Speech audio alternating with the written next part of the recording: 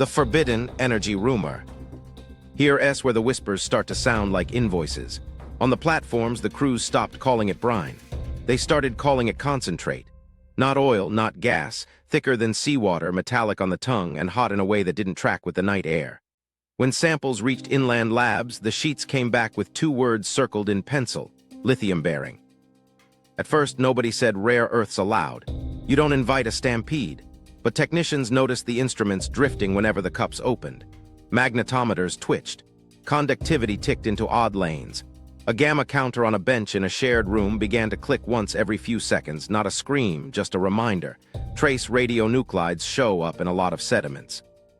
What shook the room was the combination. Salinity profiles that fit lithium-rich brines. Spectra that hinted at lanthanum, neodymium, maybe praseodymium in the tail. A lab tech told a friend over tea, "It crawls up the glass." He meant the way the concentrate climbed the meniscus like it wanted to leave the beaker. He meant the heat you could feel through a nitrile glove. He didn't mean magic.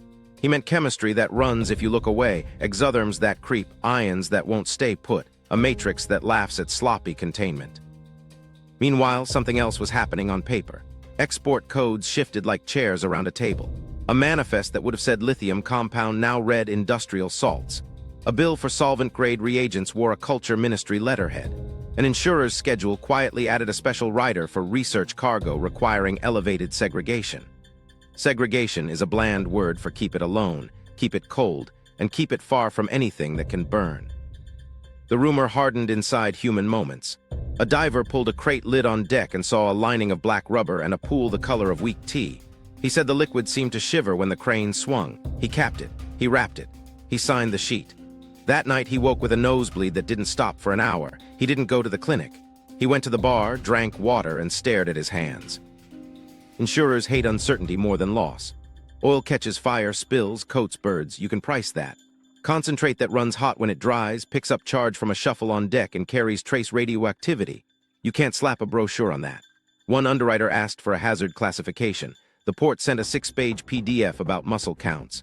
Another asked for flash points and runaway thresholds. The answer arrived as a memorandum on artifact desalination protocols. What nobody knew at the time outside the labs was how fast the tests were scaling. Ion exchange skids that fit on a table got cousins with forklift pockets. Electrodialysis stacks arrived with cooling loops twice their size. A pilot evaporator sprouted a scaffold of heat exchangers made from metal you don't waste on water. Every upgrade shaved a few % off impurities, pushed lithium into a corner, and dragged along a cocktail of trace elements whose names don't get air in public hearings. Here's a micro story. A junior chemist in Rasht pulled a night shift and watched the temperature climb 2 degrees past the set point. The controller refused to kick the coolant hard. She killed the run, cracked the clamp, and out-breathed a smell like wet batteries and old coins. The boss arrived, signed a disposal log, and didn't raise his voice. He just said, "We don't chase purity in one step." Meanwhile, markets did what markets do when they smell blood they can't see. Battery makers called their brokers. Brokers called small labs with quiet reputations and asked for blind assays. A handful of samples arrived in innocuous jars, declared as saline controls. The readouts made a few people stand up from their chairs. Lithium in ranges that, multiplied by flow rates, made someone's spreadsheet purr. The tails weren't clean, but the signal was there. Stakes: if you can squeeze lithium and rare earths out of a basin that no one else can audit, you don't just sell chemicals. You change posture. Dollars get options, baskets get bolder. You turn a lake into a lever on grids, on cars, on anything with a motor that cares what's inside a magnet. If the concentrate is unstable, the leverage grows teeth. Transport gets tricky, insurers get jumpy, and anyone who wants the stream has to play by the corridor's rules. Action kept pace with rumor. Lab NDAs thickened. Procurement rooted through shells with stories about desalination pilots. Terms like direct lithium extraction slid into proposals with the vowels shaved off. A research symposium agenda swapped out a keynote and added ion transport in confined matrices, which is how you say we're pulling charge out of a problem without admitting the problem has charge. Meanwhile, something else was happening on the waterline. The platform started wearing heat shields where no one expected heat. Bladders sprouted temperature strips that browned if a crate sat in the sun too long. Deckhands used anti-static straps like old sailors used charms. And someone, nobody agreed who, ordered a stack of grounded mats for the one bay where the crane tended to spark on dry nights. Impact reached the boardrooms as a feeling rather than a fact. Hedge bands widened around battery metals. A quiet premium appeared for deliveries that could be verified in-country, away from the Caspian's reach. But a thinner, stranger premium rode along with anything rumored to come from the lake, as if buyers were willing to pay to keep the tap turned their way, even if they didn't like the taste. Here's the line that threaded every conversation from lab bench to bridge. It's not oil, it's not gas, and it doesn't behave. That made it useful. That made it dangerous. And to source it at scale, they needed a cover that would stand up when the first crate sang through the sling. The dead zone and the ruins had already done good work. They were about to do more. The perfect cover, dead zone and ruins. By the time the concentrate had a nickname, the water had a diagnosis. Hypoxia said the notices to mariners. Restoration grids said the environmental circulars. Lines of yellow buoys stitched across the rectangles we've been chasing, and a new rule arrived with them. No anchoring, no trawling, and most useful of all, no curiosity. They called the worst patch a dead zone. Dead zones don't invite visitors. On paper, the grids were a kindness to fish. In practice, they were curtains. The same week the buoys went in, archaeology permits bloomed over the top of them. Submerged Cultural Heritage Assessment, stamped and signed, with a list of coordinates that matched the hypoxic plots to the meter. The permits looked generous, 12 months, renewable multi-agency oversight. Oversight meant more boats with clipboards, more reason to wave a skiff past a question, and a steady excuse to move crates under the word research.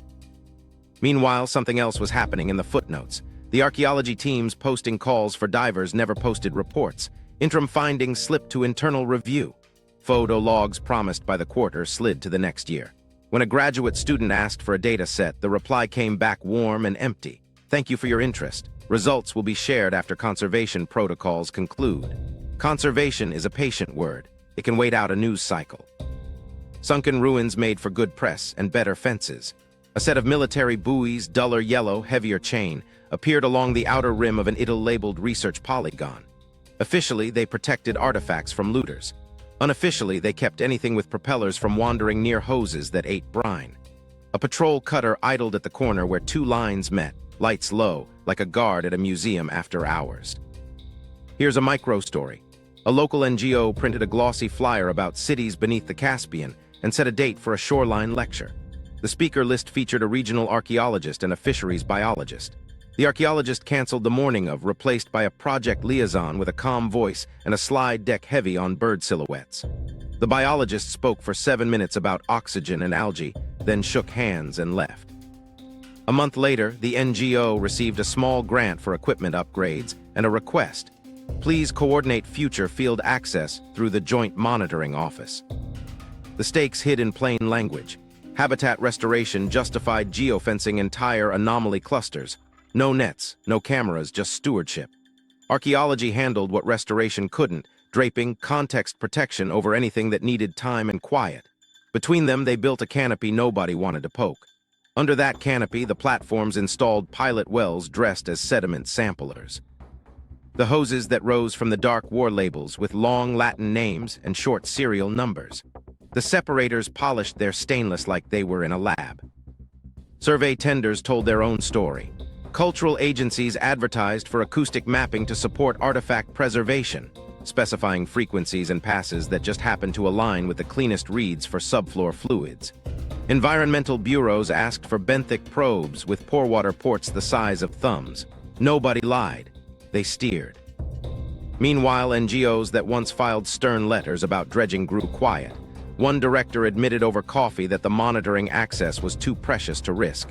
If we push, we lose the boat time, she said. If we lose the boat time, we lose everything. Access is a currency. They spent it on proximity and got used to the taste. Permits stacked like planks. Renewals tied to cultural heritage milestones, sailed through in meetings that ended before lunch. A clause here, a footnote there. Research cargo exempt from random search, artifact containers prioritized for temperature control, field teams authorized to carry, stabilization agents whose safety sheets read like chemistry sets for grown-ups. One customs officer joked that the archaeologists had the best solvents in the province.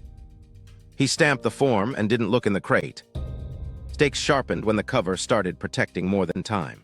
Conservation language shielded corridors the crews needed to move concentrate and waste without a parade. Do not disturb zones function like private roads. The archaeology story gave them a reason to keep photographers out and to turn a camera away from a hose when a curator in a hard hat asked for privacy. The dead zone label did the rest. Nobody argues with a map that says breathe somewhere else. Action multiplied across the lake. A series of heritage stabilization drills brought cranes to the grids for practice lifts, harnessing a slab here, a column there, always under a blue tarp.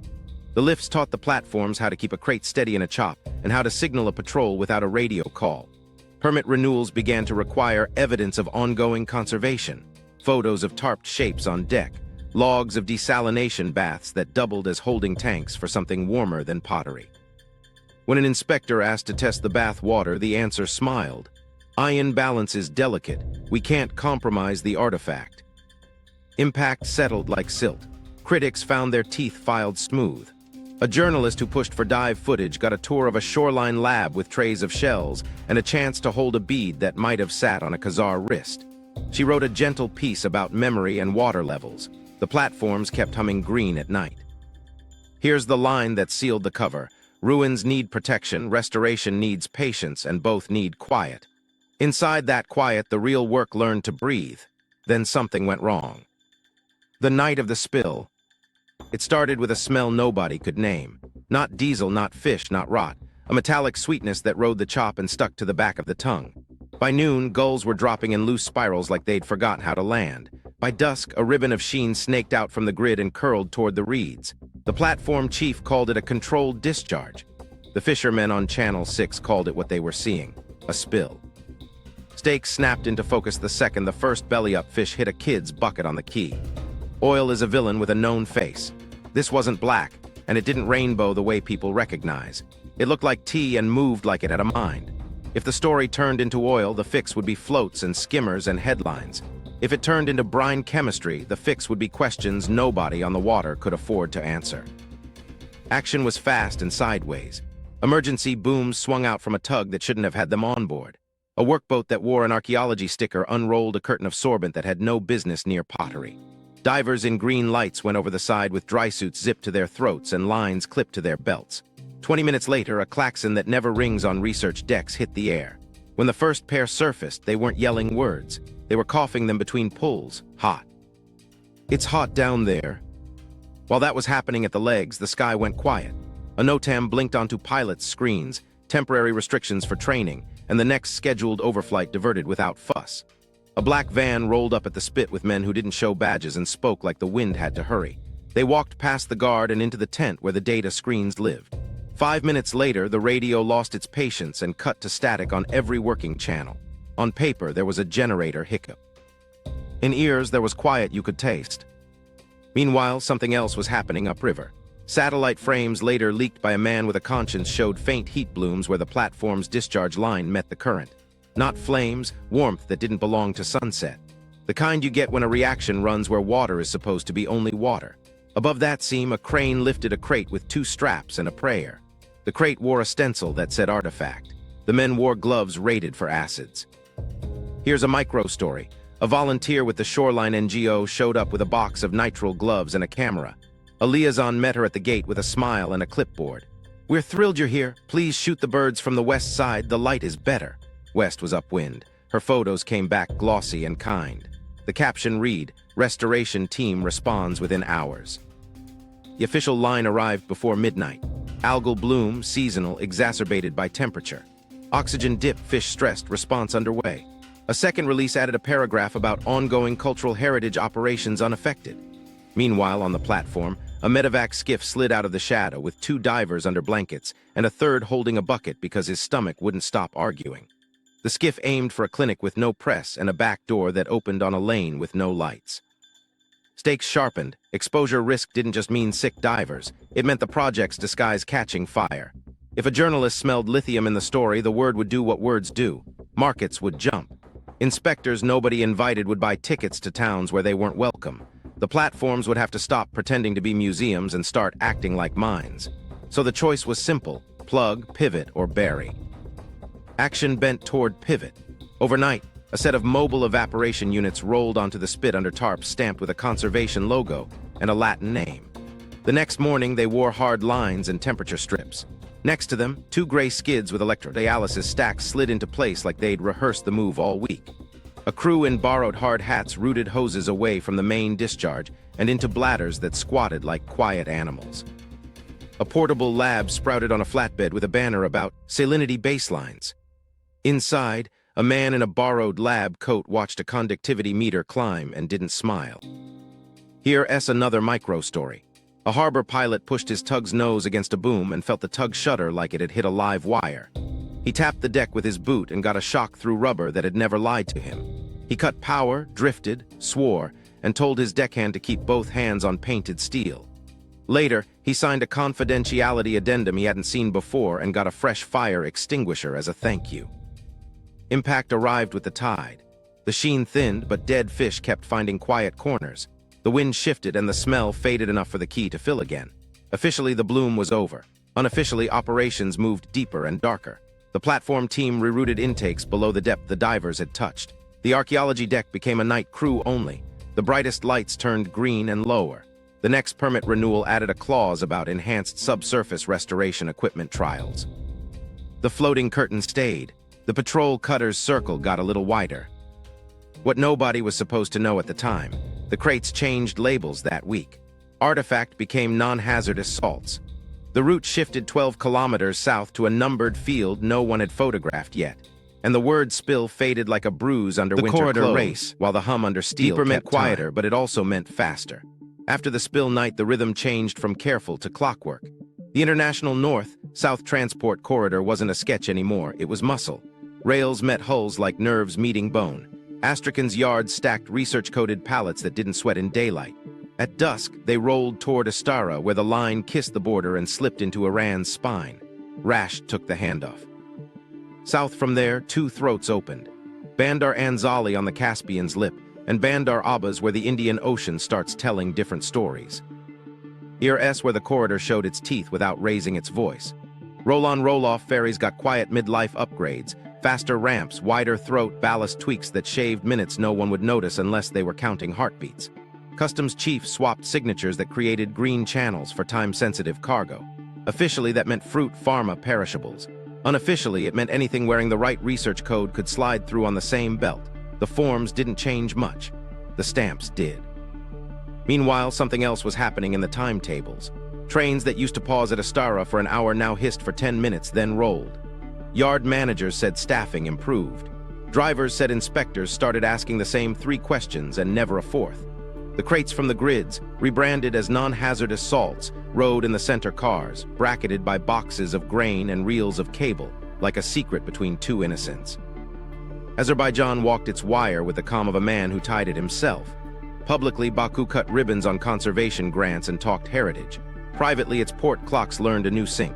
One evening, a research-coded flatbed missed a slot by 6 minutes and the whole key breathed through its teeth. A pilot tug developed a fault and bought the convoy a second chance. The next week, the same flatbed never missed again. Balance isn't poise, it's practice. Kazakhstan kept throughput as a whisper. Aktau's cranes didn't look different, but their night roster did. A second shift took shape with no press release, just extra coffee at 2 in the morning, and a foreman who started carrying a stopwatch. Loads bound for the South wore bland tarps and sat under poles that hummed with cameras you couldn't see unless you stared into the dark long enough to feel stupid. Stakes sharpened with every clean departure. Throughput isn't trivia, it's leverage. If the corridor can move a crate from a lake nobody audits to a coast everybody needs, Europe feels it in delivery estimates, and India can price days like currency. Each minute shaved at Astara is a cent off a buyer's anxiety. Each green channel stamp is a bet placed on discretion staying intact. Action left fingerprints anyway. A broker in Mumbai received a late-night call. A minerals shipment available fob Bandar Abbas documented as salts, delivery window surgical. He asked for spec sheets. An email arrived with a watermark from a cultural ministry and a spreadsheet with conductivity logs dressed as ambient salinity baselines. He booked a slot. He told himself salts bleach into everything. Nobody remembers the sack after the bread is baked. While that was happening in offices, the corridor itself kept training. On the Rasht, Astara stretch, an exercise labeled as emergency response drilled research cargo diversion. A siding cleared, a crane trundled, and a container hopped tracks faster than a rumor. No press, no applause, just muscle memory building in the dark. At Bandar Anzali, a new canopy shade appeared over a spur that touched no public gate. The concrete still smelled young. The guard had a story about maintenance. Here's a micro story. A switchman in Astara kept a notebook where he marked oddities in pencil. One entry read, 03, 12 box 77A hums at halt, cooled by fan cart, foreman says ballast pump test. He drew a small triangle next to it, the kind you doodle when you don't want to say hazard. 2 days later, a supervisor simplified his shift, fewer stops, fewer questions. The notebook went home under his jacket. Sanctioned goods swapped hands under Caspian rules, which is to say under the absence of outside eyes. A turbine component moved north in parts that didn't look like a turbine until you bolted them back together.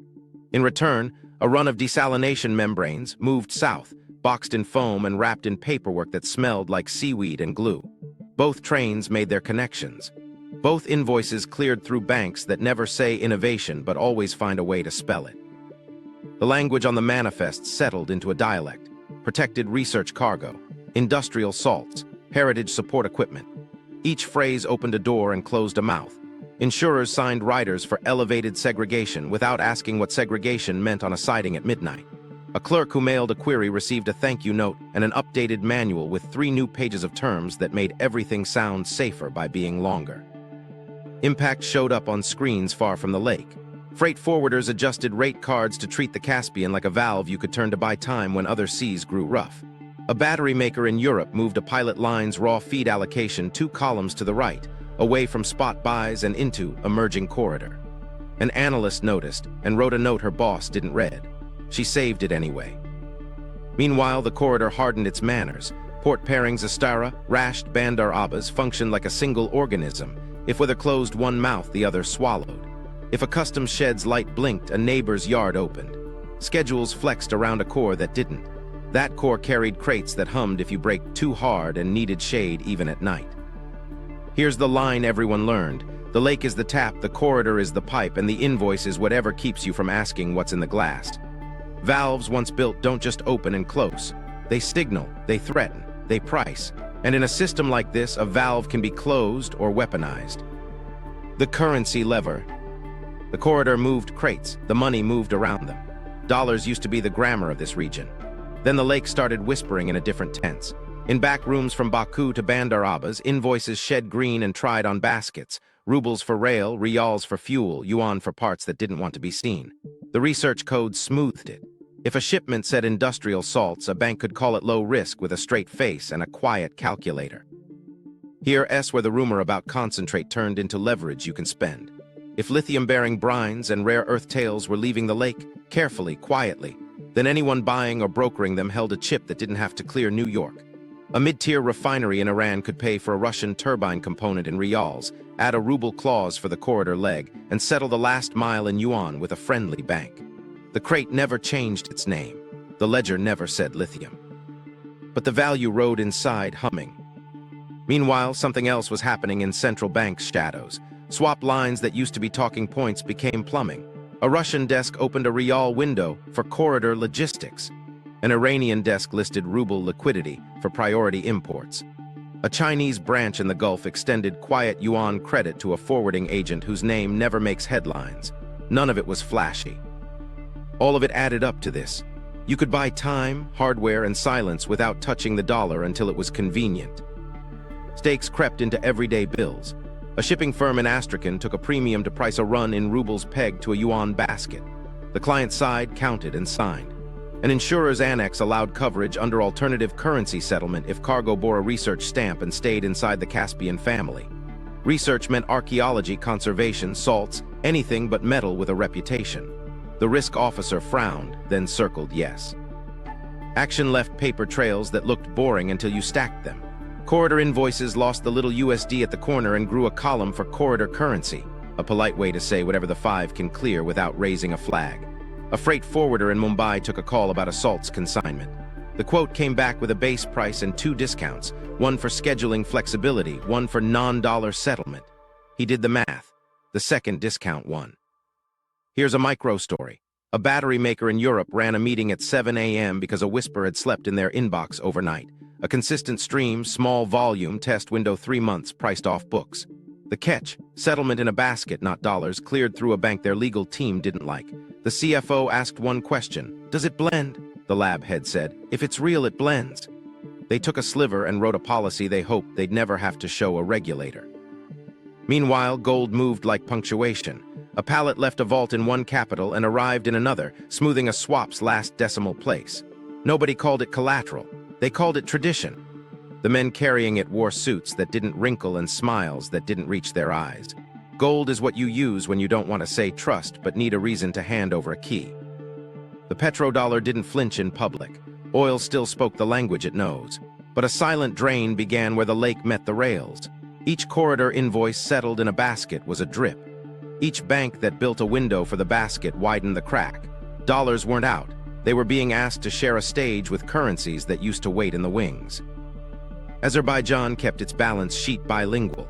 Public projects tallied in dollars for auditors abroad. Quiet lanes priced in what the corridor spoke that day. Kazakhstan hedged the same way.